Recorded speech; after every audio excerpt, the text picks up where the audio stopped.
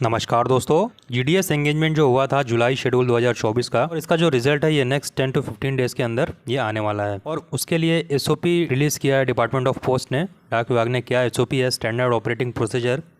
जो joining procedure है ग्रामीण डाक सेवकों का, उसमें क्या कुछ चेंजेस हुए हैं वो हम इस वीडियो में देखेंगे। डाक विभाग की तरफ से जीडीएस सेक्शन की तरफ से कल एक सर्कुलर इशू हुआ था और ये सभी सर्किल्स को सर्कुलेट हो चुका है। सब्जेक्ट में अगर आप देखेंगे तो GDS online engagement process schedule July 2024 standard operating procedure in connection with engagement activities. तो जो डिपार्टमेंट के द्वारा एक्टिविटीज़ करनी है ज्वाइनिंग प्रोसेस में ग्रामीण डाक सेवकों के, उसके बारे में ये एसओपी बताया गया है।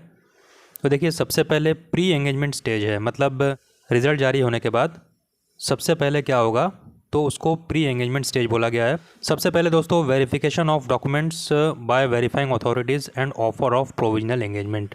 तो सबसे पहला जो काम होगा वो डीवी होगा, डॉक्यूमेंट वेरिफिकेशन होगा जो भी अथॉरिटी होंगे एंगेजमेंट अथॉरिटी उनके द्वारा। और उसके बाद प्रोविजनल एंगेजमेंट का लेटर एक ऑफ़र किया जाएगा सारे कैंडिडेट्स को जिनका भी डॉक्यूमेंट्स वेरीफाई हो जाता है, उन सभी कैंडिडेट्स को। उसके बाद दोस्तों ज्वाइनिंग प्रोसेस में क्या है तो देखिए, updation of candidate turn up status. जो वेबसाइट है जीडीएस इंडिया पोस्ट का, उस पर जो कैंडिडेट का स्टेटस है उसको टर्न अप स्टेटस में कन्वर्ट किया जाएगा, मतलब ऑन ड्यूटी इसको माना जाएगा। और बी पॉइंट में देखिए, physical verification of the documents by the engaging authorities.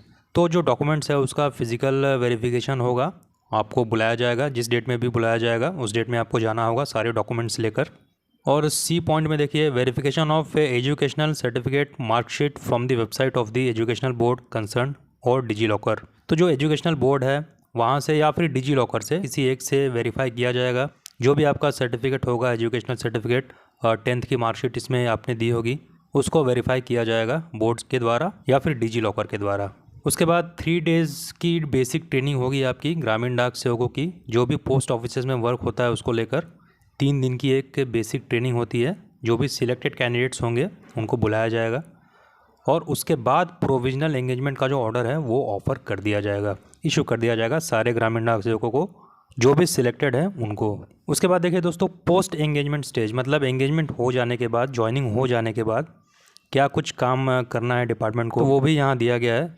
A point में देखिए, verification by circle officers of the educational certificates marksheets from the concern board if verification is not possible through online mode by the ES. जो educational certificates है आपके और जो marksheets है उसको physically verify करेंगे बोर्ड द्वारा। अगर ऑनलाइन मोड से वो वेरीफाई नहीं हो पाता है तो फिजिकली उसको वेरीफाई किया जाएगा सर्किल ऑफिस द्वारा। एजुकेशनल बोर्ड जो भी होगा, जिस बोर्ड से भी आप पास आउट हुए होंगे, उस बोर्ड की मदद से ये वेरीफाई किया जाएगा आपका सर्टिफिकेट।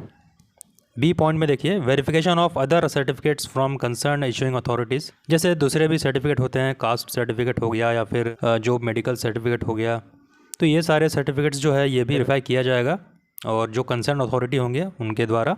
सी पॉइंट में देखिए, antecedent verification through concern police authorities. जो कैरेक्टर सर्टिफिकेट लगेगा उसकी वेरिफिकेशन होगी जो भी कंसर्न अथॉरिटीज़ होंगे उसके द्वारा। तो ये सारी चीज़ें आपको अपने माइंड में रखनी है, ये सारे वेरिफिकेशन होंगे। सर्टिफिकेट आपको कौन कौन सा देना होगा डॉक्यूमेंट वेरिफिकेशन के टाइम, ये भी आपको पता होना चाहिए।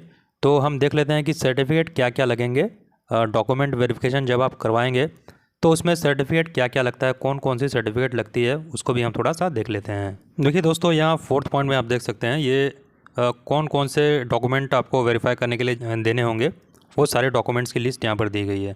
देखिए, the shortlisted candidates while attending the selected divisions for physical VOD. VOD का मतलब वेरिफिकेशन ऑफ डॉक्यूमेंट्स है यहाँ पर। With VA within prescribed period would bring original documents as applicable as listed below.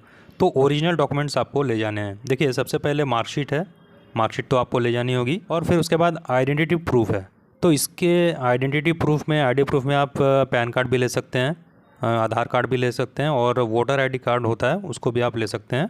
और फिर caste certificate है, अगर आप यूआर कैटेगरी को छोड़कर किसी अदर कास्ट में हैं, जैसे ईडब्ल्यूएस में, ओबीसी में, एससी एसटी वगैरह में, तो उसके लिए कास्ट सर्टिफिकेट आपको लेना अनिवार्य होगा।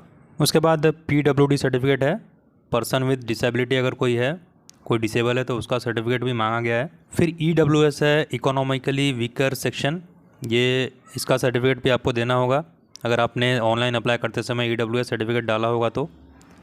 फिर ट्रांसजेंडर के लिए है ट्रांसजेंडर सर्टिफिकेट।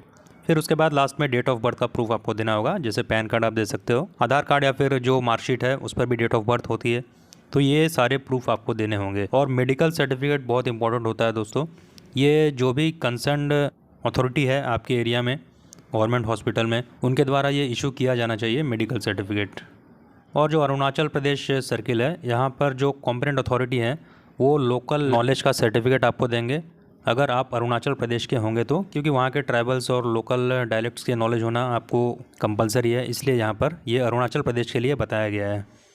तो ये सारे सर्टिफिकेट्स आपको देने पड़ेंगे। तो आपको इस वीडियो से कुछ आइडिया हो गया होगा। तो आज के वीडियो में इतना ही, मिलेंगे नए अपडेट के साथ।